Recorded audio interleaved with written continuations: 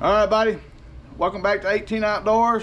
Hey, today we got a cool buck, cool story, and we're in the house of Chad Morgan. And if y'all don't really know who that is, this is one of the inspirational bucks that come off from public land in Alabama. It's something that kept me going. You know, this buck is, I mean, an amazing buck. Like I say, it's one of the bucks that kept me going at times when you like, you know, starting to get frustrated with your season.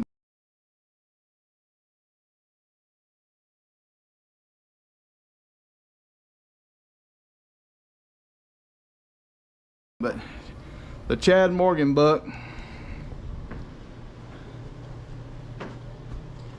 is a muzzleloader buck taken on public land. How many years ago has that been now? 7, 8? 2015. So 2015,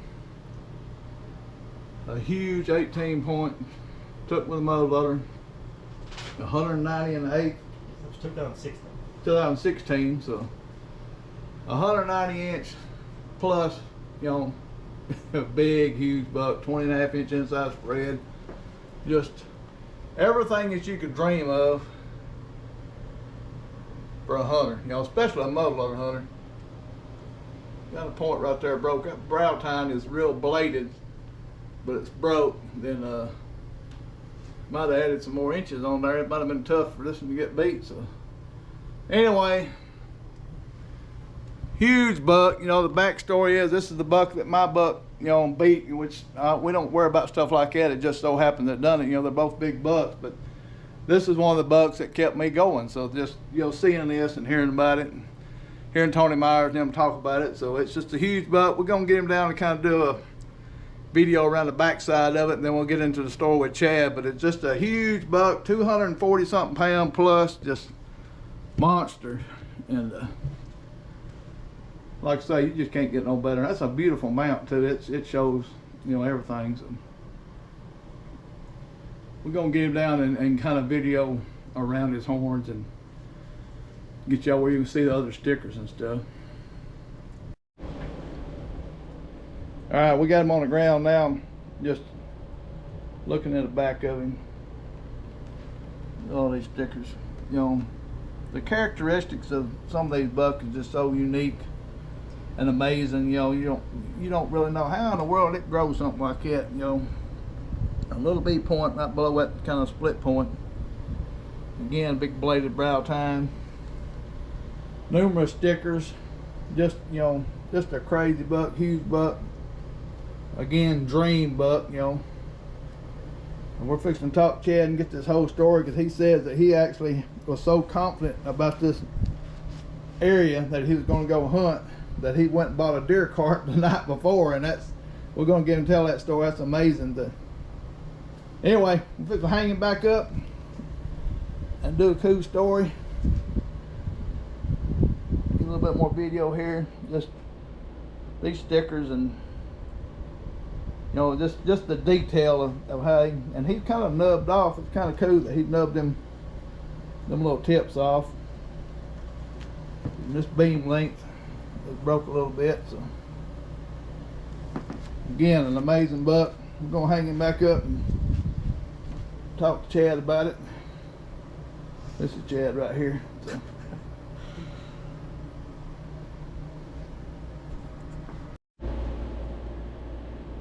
We got some of his magazines. Y'all remember seeing these magazines? This helps, you know, with the promotion and keeping you the fire, you know, hunting. He was in Alabama Outdoor News, and this is Rack Magazine. It was in Rack Magazine. Just amazing, you know, amazing buck. That body, big old head, big neck. Alabama and the Buckmaster score sheets right here. So just a huge buck, you know, just a dream buck. Just like everybody else, he's after a bigger one, so something to keep, you know, once you kill a big old buck like that, you know, you kind of feel better about it, you know it can happen now that, you know, once you've kind of done it, so you're not as stressed as before maybe. So that sucker right there, he's got it, you know, the width, time length, and, you know, the mass, you know, is incredible. So just a cool buck. All right, well, here we go with Chad Morgan.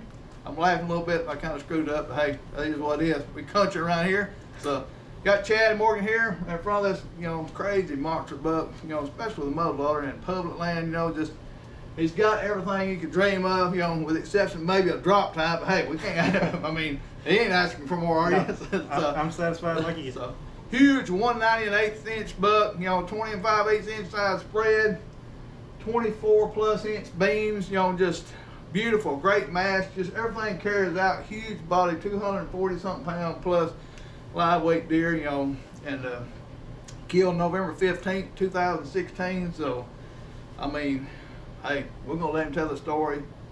The sad part is, my buck, kind of beat it out a little bit, but if this buck was missing a few broke things, he was fighting with something big, it looked like, so, it would have been close with all them points. So either way, we're not really worried about that.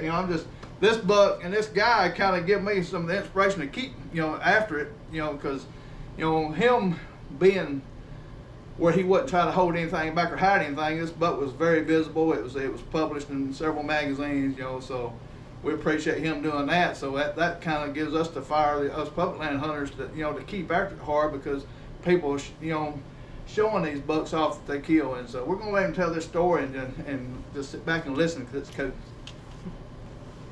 I had hunted the public land for a few years. Didn't have a lot of consistent results at all, just killing deer at all. Some years I wouldn't see but a deer or two. So I joined a hunting club for a few years. It was a lot easier, I killed my 3 bucks a year for a few years, but then I wanted that challenge of find something like this, Right. And the land, the private land I was hunting just didn't have that. So I started doing a little research online with trying to figure out where deer bed in big woods and mountain terrain, and that had led me through to the hunting beast. Oh yeah. Big M, Mr. M fault, Dan M fault, yeah. Dan M fault stuff, and back then the website had tons of great hunters on there that shared a lot of information back and forth, just stuff that they figured out was pretty general to deer everywhere, but mostly focused on bedding. Right. And I had an area up here I had hunted a couple years before, and had found some good rubs and scrapes in there, but I only, most of the time when I hunt a spot, I only hunt 2 or 3 times in that area and I move on somewhere else.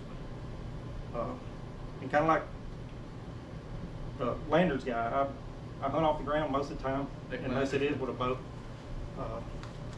But when I went in there and scouting, because kind of putting the stuff together that I've figured out through the hunting beast on bedding,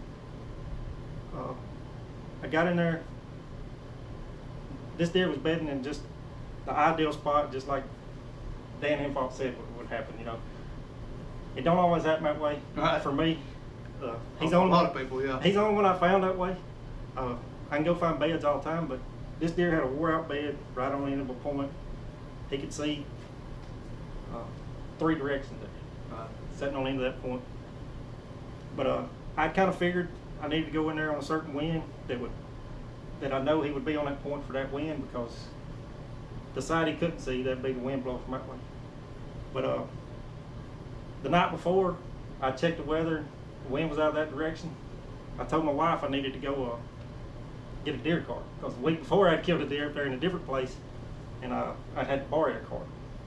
But we went and bought that cart the night before, and I parked at like 11 o'clock in the daytime, and it was less than a mile from the truck where I was hunting, but the walk took me at least a mile around the way I went.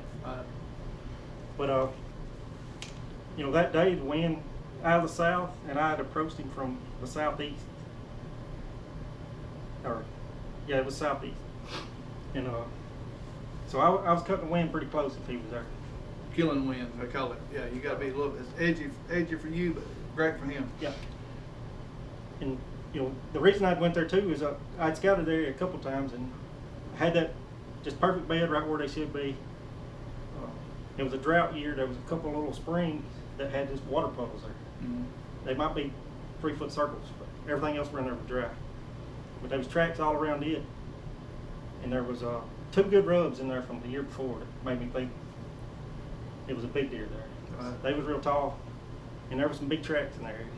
You know, kind of like you said, that tells me more than anything else I can find is the big tracks that's fresh. Right. But from the time I'd found all that, I'd stayed out there for a month, waiting on the perfect wind for me to go in there. And I had the confidence that day because the wind was that direction. And I kind of messed up. I walked further than I meant to. And I'm like, if he was there, he would have done seen me. So I walked right past that bed and set up 50 yards the other side of it. You know, another thing is that it took me from 11 o'clock to 2:30 to walk that short distance because I was confident it was a big deer bedded right there in that spot, so I was taking all day to get there. Right. I didn't want him to hear nothing. I had some wind to cover my sound that day, and I think it was close to 80 degrees that day. But Wow. after I figured I'd done blowed everything when I walked too far and ended up walking past his bed and everything. But I set up about 50 yards the other side of it and hung off the ground. I got a Millennium tree seat there. I strapped it to the tree, unloaded my backpack, ate me a snack. I hadn't even sat down yet, and I look up, and he's about 75 yards from me, and some thicker stuff, just quartering kind of toward me. Wow. But he was coming right toward that bed pretty much, and it seemed like it probably wasn't 5 or 10 minutes, but it seemed like forever before I could get an opening to get a shot at it, because it was pretty thick in there, and I was just seeing parts of it. But I did see that side of his horns, and I knew I was going to shoot him. So. Right. Yeah. But I was still just standing there, and the deer took forever taking his time through there, but he never looked over me at all. Like, he never knew I was there. Wow. You know, I could see his head, then it was a tree, then part of his body, and then another tree. I lined up with it and took a shot. I thought I was shooting behind his shoulder, but I hit him right in the neck. Wow. But, you know, it hit him right in here. I guess it with the trees or whatever, but he dropped right where he was at. So, Wow. That's good, ain't it? and at that point, I didn't know what to do. But I texted my wife, told her I was going to be late, and then texted a few buddies and told them I needed some help. So. At that point, did you realize he was that big, or you already walked up there before you started calling him? Or? I hadn't walked all the way up to him at that point, or before I texted my wife, but before I texted my buddies, I did walk up, take a picture of him, and send him a picture of him. So I knew he was big. I didn't realize he was as big as what he was even at that time, standing there with him. Yeah, that's kind of like me. You kind of in shock. So you just know he's big. You don't really know how big until a little bit later. So, yeah. And that was with the muzzleloader. Yes. So what kind of muzzleloader was you using? It was just a cheap Thompson center impact. Thompson center impact. Well, that's good. 50 caliber, I'm assuming. Yeah, 50 caliber. Now, growing up in this area, how much was you influenced by listening to Tony Myers, Randy Coffey, Jamie McKay, and some of them? Is that, you know, because you're younger than Tony for sure, and then Randy, and how are you? So I'm 42 right now.